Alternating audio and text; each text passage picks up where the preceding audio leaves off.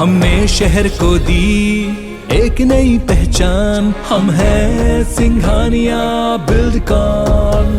छत्तीसगढ़ विधानसभा में नेता प्रतिपक्ष धर्मलाल कौशिक ने बिलासपुर जिले के अराईबंद के कृषकों की भूमि और सरकारी सुरखिया नाले को भूमाफिया द्वारा समतल किए जाने का मामला ध्यान आकर्षण में उठाया। राजस्व मंत्री जयसिंह अग्रवाल ने कहा कि इस तरह की कोई भी शिकायत नहीं की गई। जिन मामलों की शिकायत हुई है उन पर कार्रवाई भी की जा रही है। अगर इसके अलावा और कोई शिकायत हो तो बताएं, उस पर भी कार्रवाई की जाएगी। अग्रवाल ने यह भी बताया कि किसानों के साथ कोई भी अन्याय नहीं होगा। धर्मलाल कौशिक ने यह पूछा कि जो समतलीकरण किया जा रहा है उसका पैसा कब तक मिलेगा। कांग्रेस विधायक शैलेश पांडे ने बिलासपुर में अरपा नदी में गंदे जल की निकासी के लिए नाला निर्माण नहीं होने की ओर नगरीय प्रशासन मंत्री का ध्यान आकर्षित करवाया।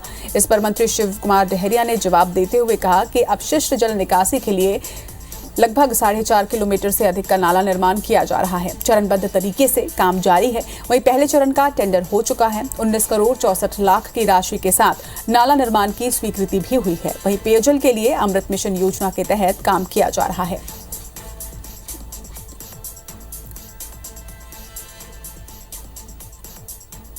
तो छत्तीसगढ़ विधानसभा का बजट सत्र जारी है। आज सत्र का 10वां दिन है, जिसमें कई मामले गूंजे हैं। कृषि विभाग का मुद्दा आज छत्तीसगढ़ विधानसभा में उठा, तो उसी तरह से मीसाबंदियों की पेंशन का मुद्दा भी आज सदन में गूंजा है। विधानसभा में आज कांग्रेस विधायक अनीता योगेंद्र शर्मा ने रायपुर और बलौदाबाजार में सिंचाई विभाग के निर्माण कार्यों की जानकारी मांगी। उन्होंने शिकायत करते हुए दोषी अधिकारियों पर कार्रवाई करने की मांग की है, जिसके जवाब में कृषि मंत्री रविंद्र चौबे ने बताया कि प्रश्नावली में कुल 75 निर्माण कार्य हुए हैं। इनमें से 5 मामलों की शिकायत हुई थी, जिनकी जांच की गई है। अगर विधायक किसी विशेष मामले की शिकायत करती हैं तो उसकी भी जांच करवाई जाएगी। इस मामले में विधानसभा अध्यक्ष ने कहा कि आप लिखित में मंत्री जी को शिकायत कीजिए, मंत्री जी इसकी जांच करवाएंगे। वहीं बीजेपी विधायक शिवरतन शर्मा ने महिला एवं बाल विकास विभाग में आंगनबाड़ी कार्यकर्ता के उपयोग के लिए दिए गए मोबाइल फोन के संबंध में जानकारी मांगी। उन्होंने पूछा कि आंगनबाड़ी कार्यकर्ताओं को किस योजना के अंतर्गत मोबाइल वितरित किया गया है। मंत्री अनिला भेड़िया ने इस पर बताया है कि केवल एक ही योजना के अंतर्गत मोबाइल खरीदा गया था। मंत्री ने यह भी बताया कि 2020 में उच्च स्तरीय समिति बनाई गई थी। जांच रिपोर्ट आने के बाद ही नोटिस दे दिया गया है।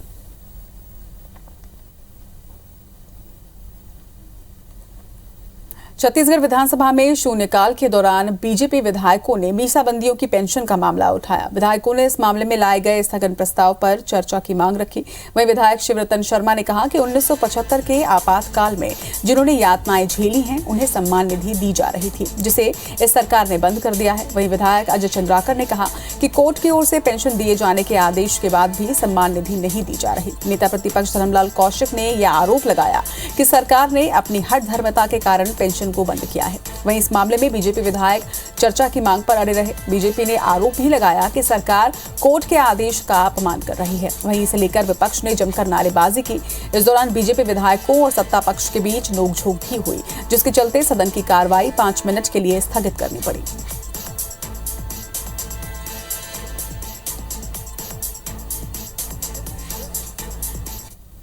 जो लोग मीसा में बंद रहे, एक सम्मान निधि की घोषणा की गई थी और सम्मान निधि उनको मिलता रहा। लेकिन जब कांग्रेस की सरकार आई तो नियत उनकी बदल गई और उस सम्मान निधि को देना बंद कर दिया। माननीय उच्च न्यायालय का जो निर्देश है, जो निर्णय है, उसका पालन होना चाहिए। और इन खबरों पर ज्यादा जानकारी के साथ हमारे सहयोगी राजेश मिश्रा इस वक्त हमारे साथ लाइव जुड़ रहे हैं। राजेश, बजट सत्र का आज 10वां दिन रहा, साथ ही किन किन मुद्दों की गूंज हुई और उसके साथ ही आज सत्र की कार्रवाई को आपसे विस्तार से समझना चाहेंगे। देखिए, अगर हम बात कर रहे हैं तो प्रश्नकाल में अमानक खाद बीज और उसके वितरण का मामला उठा, पेंशन का मामला उठा और इस मामले में विपक्षी सदस्यों ने सरकार को घेरने की कोशिश की। इसके बाद शून्यकाल में भारतीय जनता पार्टी के सदस्यों ने मीसाबंदियों का जो पेंशन सरकार ने बंद किया है उसको लेकर काफी हंगामा किया और उनका ये कहना था कि 1975 में मीसाबंदियों ने जिन लोगों ने संघर्ष किया है, सरकार उसको पेंशन दे रही थी, मगर इस सरकार के आने के बाद वो पेंशन बंद हो गया है। और इस मामले में लाए गए स्थगन प्रस्ताव पर विपक्षी सदस्य जो हैं वो लगातार अध्यक्ष से मांग करते रहे कि इस पर काम रोककर चर्चा कराई जाए। और जब आसंदी ने इससे इनकार कर दिया तो काफी शोरगुल होता रहा और इस मामले में भारतीय जनता पार्टी के सदस्यों ने तो सरकार पर यह भी आरोप लगाया है कि कोर्ट ने यह आदेश जारी कर दिया गया कि निशाबंदी को उनका पेंशन दिया जाए, मगर कोर्ट के आदेश की अवहेलना भी ये सरकार कर रही। तो इसको लेकर काफी शोरगुल हुआ और आरोप प्रत्यारोप भी लगे और इस स्थिति को देखते हुए फिर अध्यक्ष ने सदन की कार्यवाही को 5 मिनट के लिए स्थगित करना पड़ा। इसके अलावा अगर हम बात करें तो ध्यानाकर्षण में भी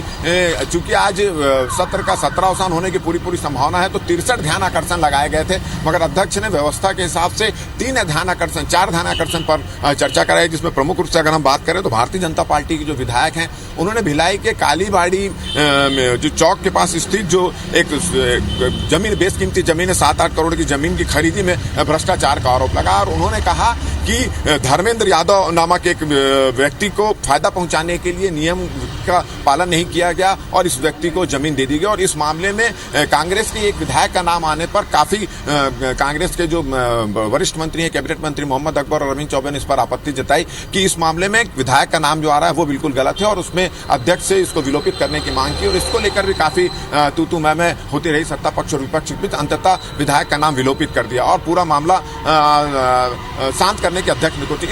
इस बीच फिर उस विधायक ने उठकर इस पर घोर आपत्ति जताई तो फिर एक बार ये मामला गर्मा गया, तो इसको लेकर भी काफी कहा सुनी हुई। इस बीच नेता प्रतिपक्ष धर्मलाल कौशिक ने बिलासपुर जिले के अरईबंद में कृषकों की भूमि तथा शासकीय सुखिया नाले पर को समतल करने का भूमाफियाओं पर समतल करके उस पर कब्जा करने का आरोप लगाया और इस मामले में जो है राजस्व मंत्री का ध्यान आकर्षित किया और राजस्व मंत्री ने इस मामले में कहा कि इस तरह की कोई भी शिकायत उनको नहीं मिली है और अगर इस तरह की कोई शिकायत मिलती तो कार्रवाई करेंगे। कुछ एक शिकायत मिली थी उस मामले में कार्रवाई भी की जा रही। इसी तरह कांग्रेस के ही जो विधायक हैं शैलेश पांडे ने उन्होंने अरपा जो नदी है वहां पर अपशिष्ट के लिए की निकासी के लिए कोई व्यवस्था नहीं होने का भी मामला उठाते हुए मंत्री का ध्यान आकर्षित कराया। इस पर सरकार ने बोला कि जो अरपा नदी में अपशिष्ट पानी का गंदा पानी आता है उसके लिए नाला बनाया जा रहा है और इसका निर्माण कार्य भी बड़ी तेजी से यहाँ पर चल रहा है। तो ये प्रमुख मुद्दे थे जिसको लेकर विपक्षी सदस्यों ने सरकार को